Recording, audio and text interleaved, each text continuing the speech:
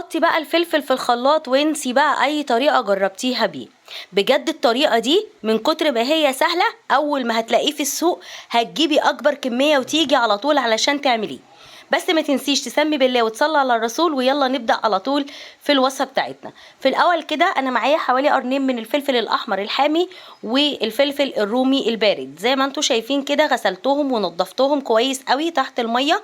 وبعد كده بقى هنشتغل على طول، هنبتدي ان احنا نشيل منه البذور بالشكل ده زي ما انت شايفة، بطريقة سهلة جدا وبسيطة، وطبعا الكمية اللي انت عايزاها.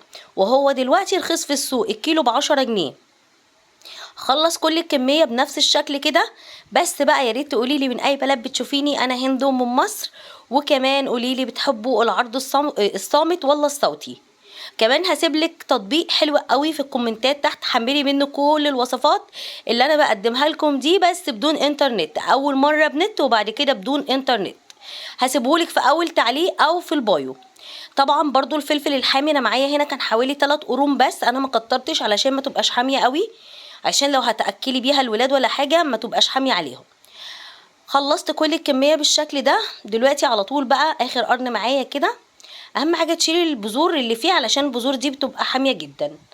هناخده بقى معانا على الخلاط كده بالشكل ده. انا كان هنا معايا حوالي الفلفل ده 1.4 كيلو. دلوقتي بقى على طول هنزود ربع فنجان خل.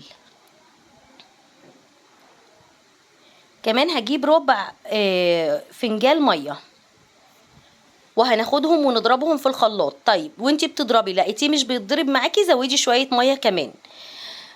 هنا خلاص ضربتهم كويس قوي، بقى هننزل بيهم في بوله كده. بصوا في ناس بتحب تصفيه بس انا ما بحبش اصفيه. بضيف له بقى معلقه من البابريكا ومعلقه من الملح بالشكل ده، والخل احنا ضفناه في البدايه. وبقلب بقى كويس قوي. ممكن بقى تاخديه ترفعيه على النار لحد ما الميه دي تتبخر. وفي ناس بتحب تصفيه وتشيله كده، دي هريسه، بس الهريسه الناعمه مش الهريسه الخشنه. دي بتبقى جميله قوي قوي في الاكل، بتبقى تحفه كده. هنجيب بقى البرطمانات بتاعتنا ونبتدي ان احنا نشيلها فيها بالشكل ده.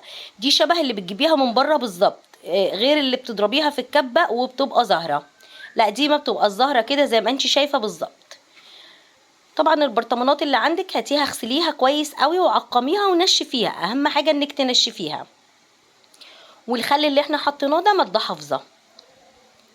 وابتديت بقى ان انا اقسمها كده في البرطمانين اللي معايا. بس بقى لو لسه مكمله معايا ما تنسيش تعملي لايك وشير. اخر حاجه بضيفها من على الوش كده معلقتين من الزيت، وباخدها احطها في الفريزر على طول. دي ما تنفعش تبقى في التلاجة من تحت علشان ما نشفناش الميه اللي فيها. انا بحبها كده وفي ناس كتير قوي بتحبها كده، فقولولي بتعملوها ازاي واكتبولي في الكومنتات تحت طريقتكم.